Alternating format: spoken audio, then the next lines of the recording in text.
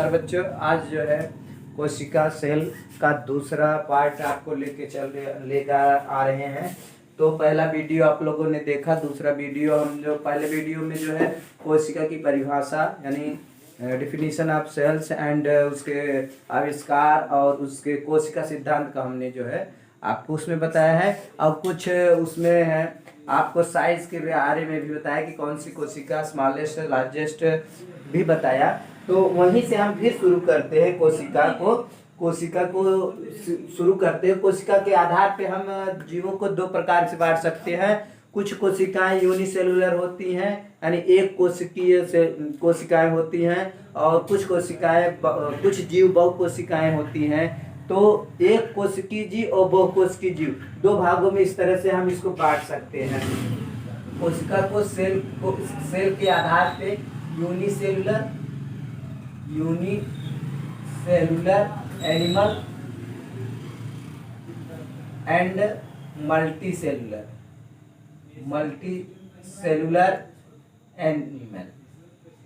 Animal और plant.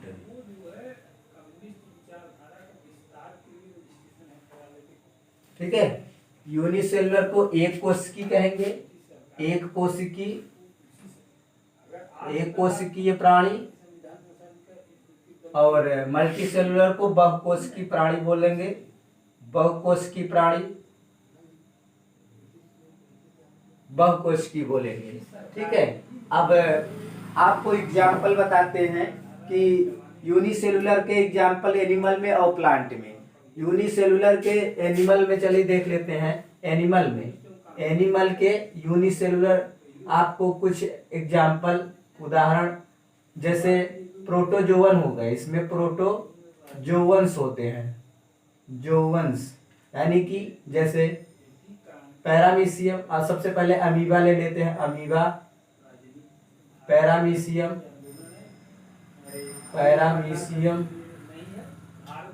Euglena,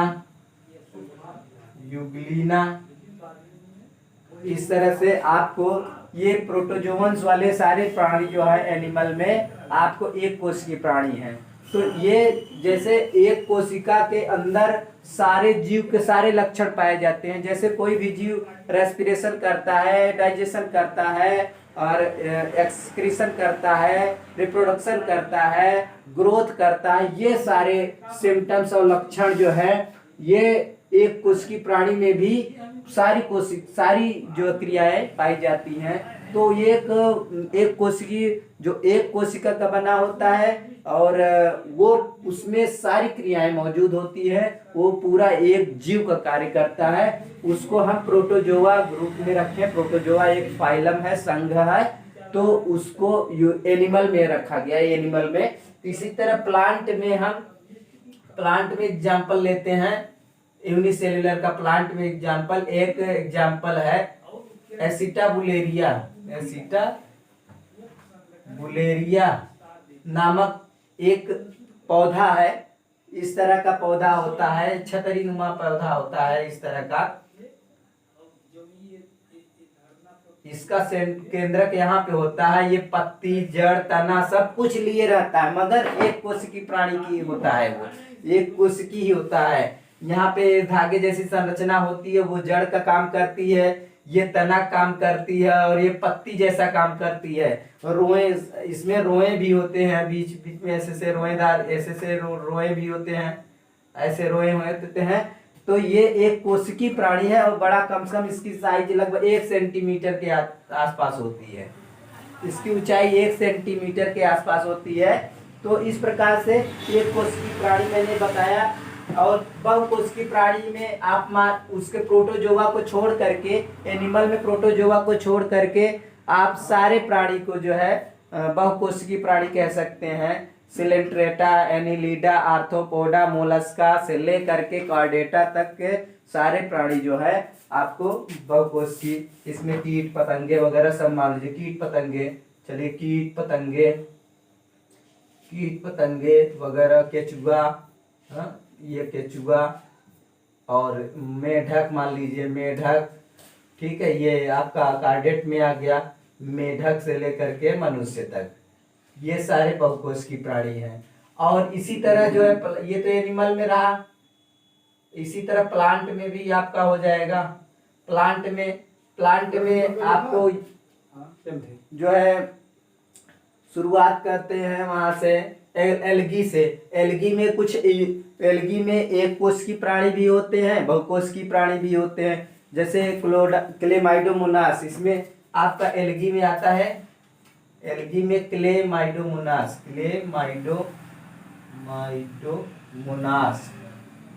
ये एक कोशिकीय प्राणी में आता है। हाँ, और स्पाइरोगायरा एक है, स्पाइरोगायरा एल्गी में, स्पाइरोगायरा ये बहुकोशिकीय प्राणी में आता है। उसके बाद आपका फंजाई भी बहुकोशिकीय प्राणी में आएगा। फंजाई में जो जितने सारे फंजाई हैं सब बहुकोशिकीय प्राणी आएंगे। फंजाई हो गया। अब ब्रायोफाइटा आपका हो गया,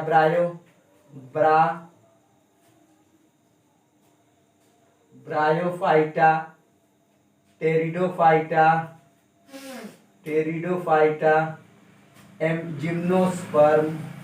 जिम्नोस्पर्म, एंजियोस्पर्म, ये सारे जो है आपको बहुकोशिकीय प्राणी में आ जाएंगे। इस तरह से अब चलते हैं, आपको जो है स्मॉलेस्ट और लार्जेस्ट की बात तो हमने कर ही लिया था। इस पॉइंट को अब देखते हैं, आपको जो है एक कोशिकीय प्राणी, आपको ये यूनिसेलुलर मल्टीसेलुलर के बारे में बता दिया कि कोशिका के आधार पे प्राणियों को दो भागों में बांट सकते हैं, यूनिसेलुलर और मल्टीसेलुलर।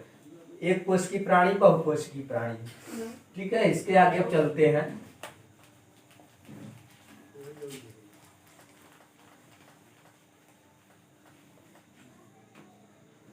चलिए कोशिका का संगठन देखते हैं। सेल कंपोजिशन,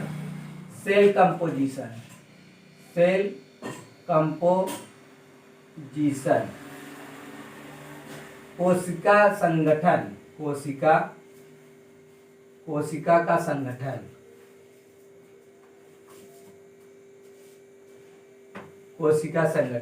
मतलब किस प्रकार की, कौन सी कितनी मात्रा पाई जाती है। सबसे ज्यादा जल की मात्रा पाई जाती है, तो इसमें कौन कौन से मटेरियल पाए जाते हैं, सेल में क्या क्या पाया जाता है, वो आपको जो है केमिकल संगठन के रूप में आपको जो है बताते हैं। तो सबसे पहले चलिए वाटर देखिए, इसमें वाटर कितना होता है, वाटर 70% होता है। वाटर की जो है 70% मात्रा होती है इसमें। उसके बाद इनऑर्गेनिक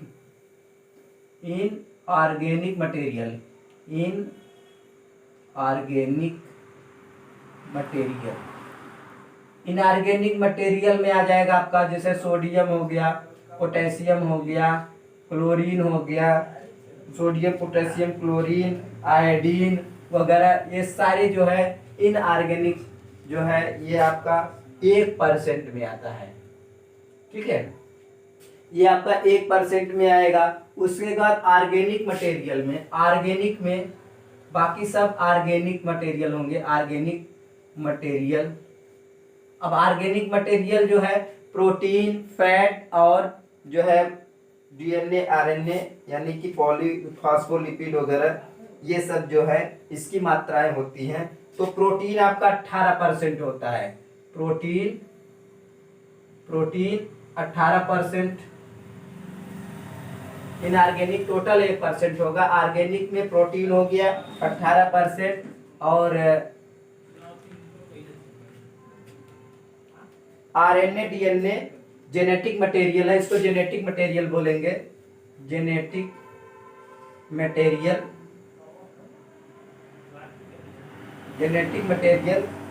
आरएनए हो गया 1.1%, आरएनए 1.1%। आरएनए का पूरा नाम होता है रिबोन्यूक्लिक एसिड। ठीक है, आगे चल के डिटेल हम लोग पढ़ेंगे। डीएनए होगा 0.25%, डीएनए जो है 0.2% है। इसके बाद फॉस्फोलिपिड यानी फैट होता है, फॉस्फोलिपिड ये ऑर्गेनिक मटेरियल का ही पार्ट है, फॉस्फोलिपिड ये फैट मान के चलिए, फैट होता है ये, इसका परसेंटेज 5% होता है, ये 5% होता है। इसके बाद आपका कार्बोहाइड्रेट होता है, कार्बोहाइड्रेट कार्बोहाइड्रेट कार्बोहाइड्रेट को हम स्टार्च के रूप में होता है यहाँ पे, स्टार्च के रूप में। तो ये जो है स्टार्च के रूप में यहाँ पे पाया जाता है, क्योंकि कार्बोहाइड्रेट कई प्रकार के होते हैं, पॉलीसेकेराइड होते हैं। कार्बोहाइड्रेट पॉलीसेकेराइड में स्टार्च और सेलुलोज आते हैं, बाकी डाइसेकेराइड में फ्रक्टोज गैलेक्टोज वगैरह आते हैं, और मोनोसेकेराइड में आपका आता है ग्लूकोज फ्रक्टोज, ये आपका मोनोसेकेराइड आता है। तो ये टोटल इसका मात्रा होता है 2% होता है। ये आपका रहा केमिकल कंपोजिशन, सेल का केमिकल कंपोजिशन, ऑफ सेल का कंपोजिशन ये रहा है आपका।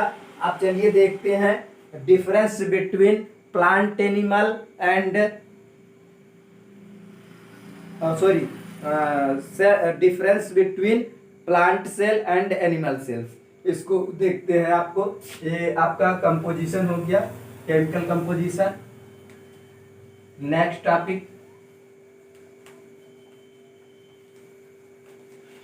टॉपिक देखते हैं। तो डिफरेंस बिटवीन, यानी पादप कोशिका और जंतु कोशिका में अंतर। तो डिफरेंस बिटवीन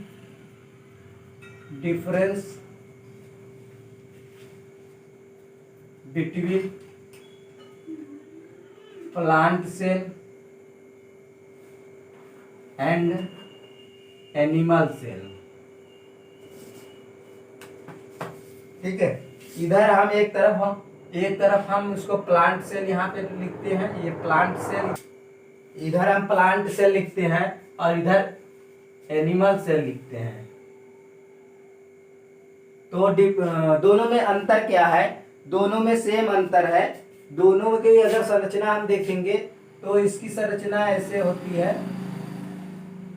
इसमें एक हार्ड पार्ट होता है, इधर ये हार्ड पार्ट होता है, ठीक है। ये इसको सेल वॉल बोलते हैं। ये चीज यहाँ पे नहीं पाई जाती है, सेल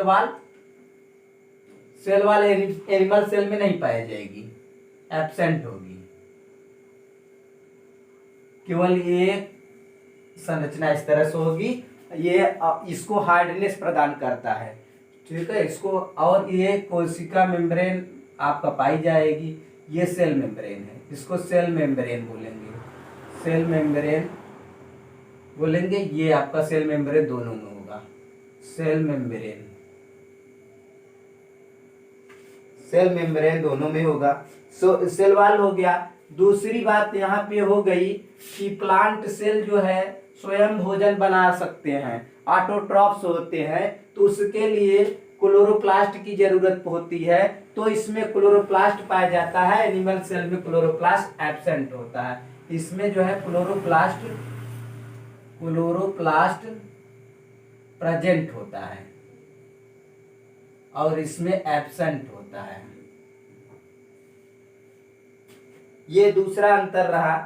तो इसी तरह अगर प्लांट सेल, हम फंजाई को अगर प्लांट सेल माने, फंजाई को एग्जाम्पल के तौर पे, एक्सेप्शनल के तौर पे फंजाई अपवाद स्वरूप हम देखें, यदि प्लांट को जो है फंजाई को हम प्लांट सेल माने तो इसमें क्लोरोप्लास्ट नहीं पाया जाता है, क्लोरोप्लास्ट एब्सेंट होता है, इसमें क्लोरोप्लास्ट एब्सेंट होता है।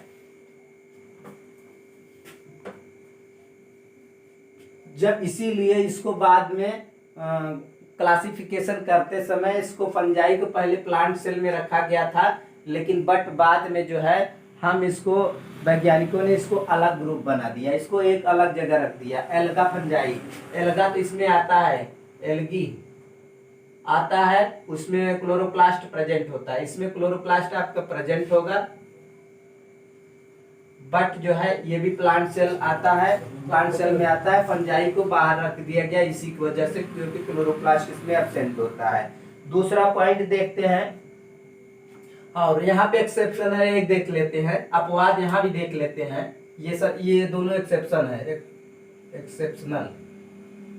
एक्सेप्शन, यहाँ भी एक्सेप्शन हम देखते हैं। एक एक्सेप्शन यूग्लिना है, प्राणी है यूग्लिना।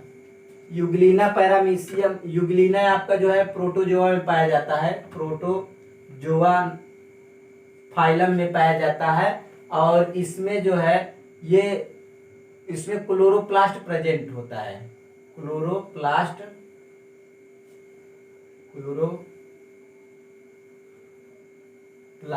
ये प्रेजेंट होगा, इसमें क्लोरोप्लास्ट प्रेजेंट होता है।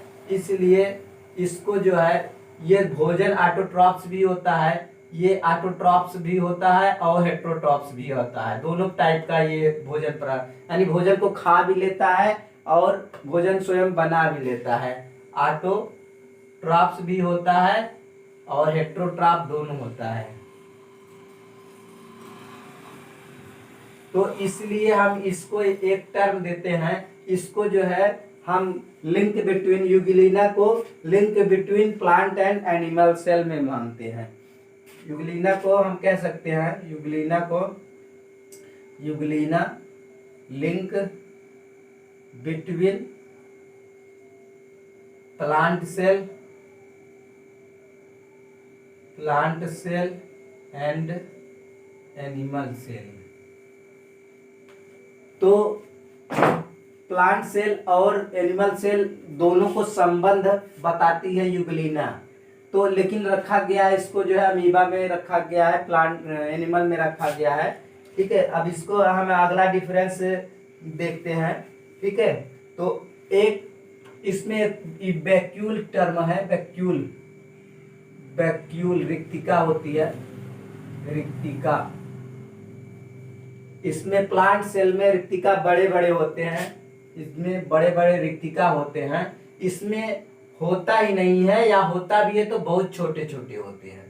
ठीक है, ज्यादातर एब्सेंट हो सकता है या बहुत स्मॉल होगा। अगर प्रेजेंट भी होगा तो स्मॉल होगा, और इसमें लार्ज होंगे, लार्ज साइज में होंगे। इसीलिए इसके जो है न्यूक्लियस, प्लांट सेल में न्यूक्लियस एक साइड में खिसक जाता है और इसमें न्यूक्लियस सेंटर में होता है। तो इसका न्यूक्लियस, प्लांट सेल का न्यूक्लियस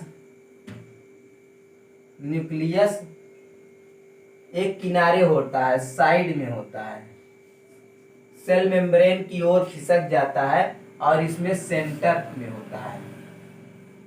एनिमल सेल में सेंटर में होता है।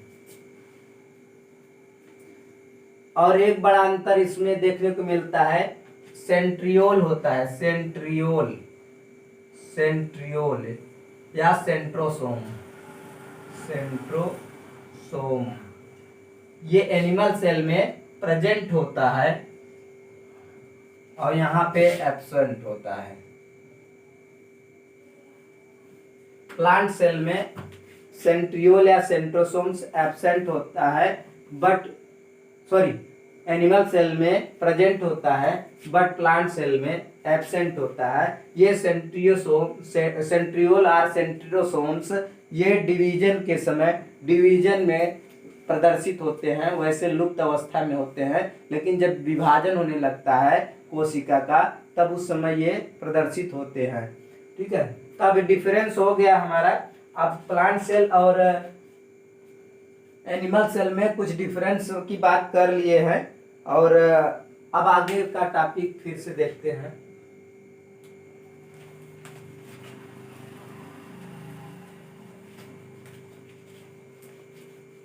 आज के टॉपिक में थोड़ा सा और रह गया है, उसके बाद फिर नेक्स्ट टॉपिक में अब हम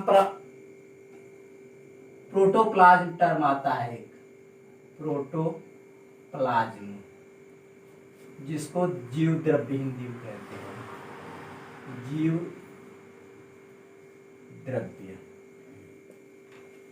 जीव द्रव्य का परिभाषित करने के लिए इसको कहा जाता है ये जीवन का आधार है। इसको वैज्ञानिकों ने बताया, जीवन के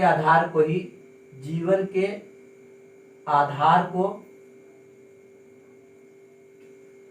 बताता है ये प्रोटोप्लाज्म, जीवन का आधार होता है ये protoplasm,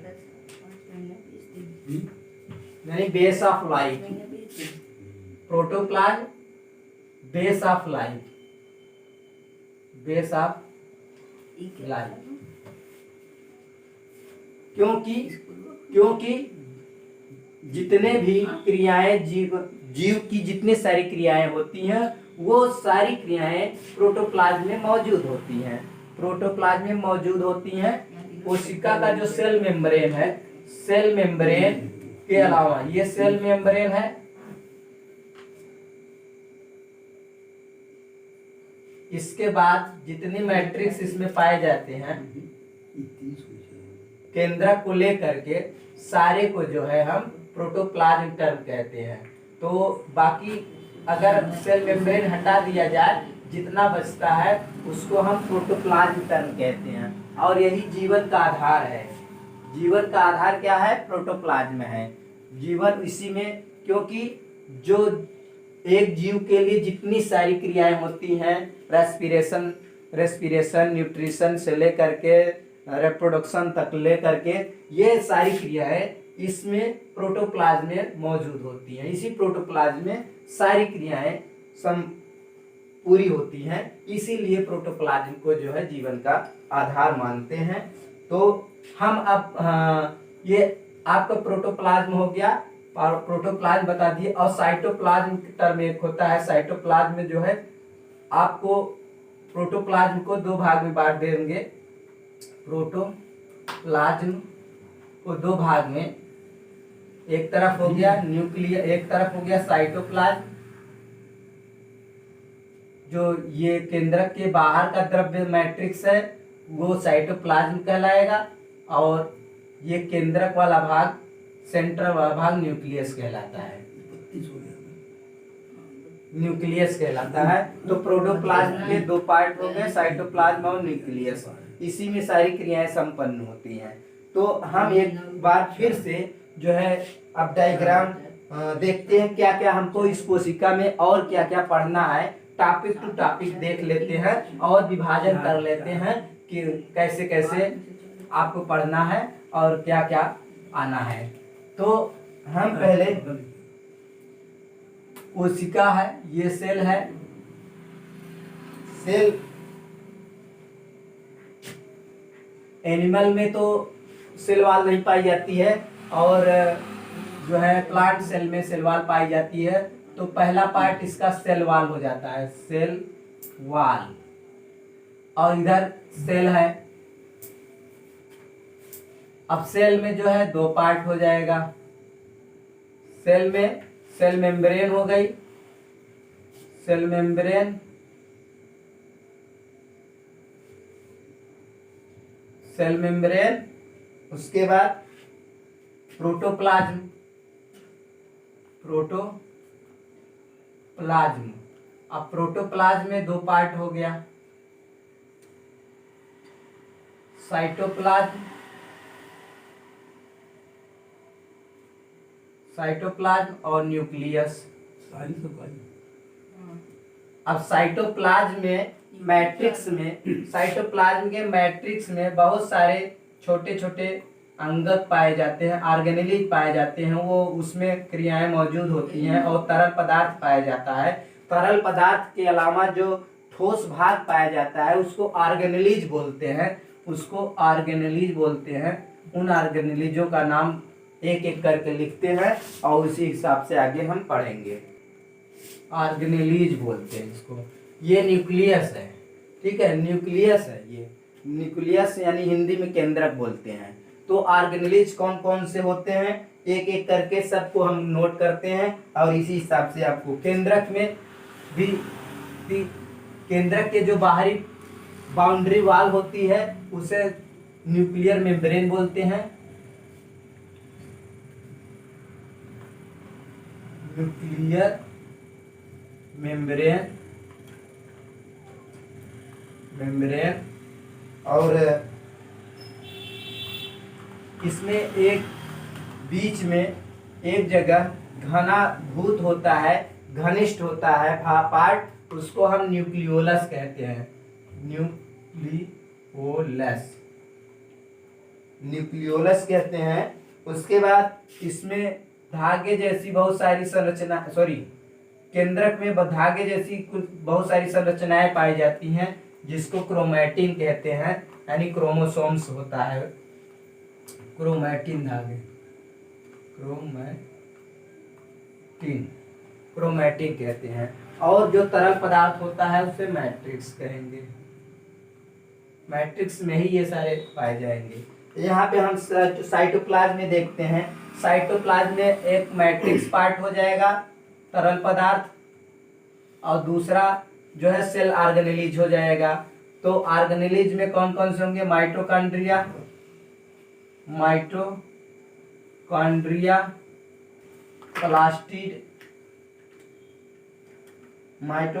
plastid, endoplasmic reticulum, ER short में लिखेंगे, ER इंडोप्लाज्मिक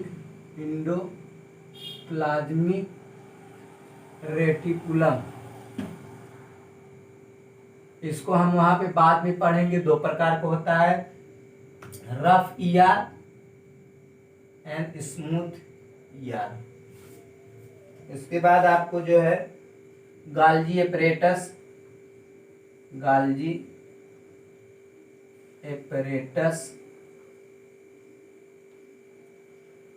वैक्यूल पढ़ेंगे, रिक्तिका यानी सेंट्रोसोम पढ़ेंगे,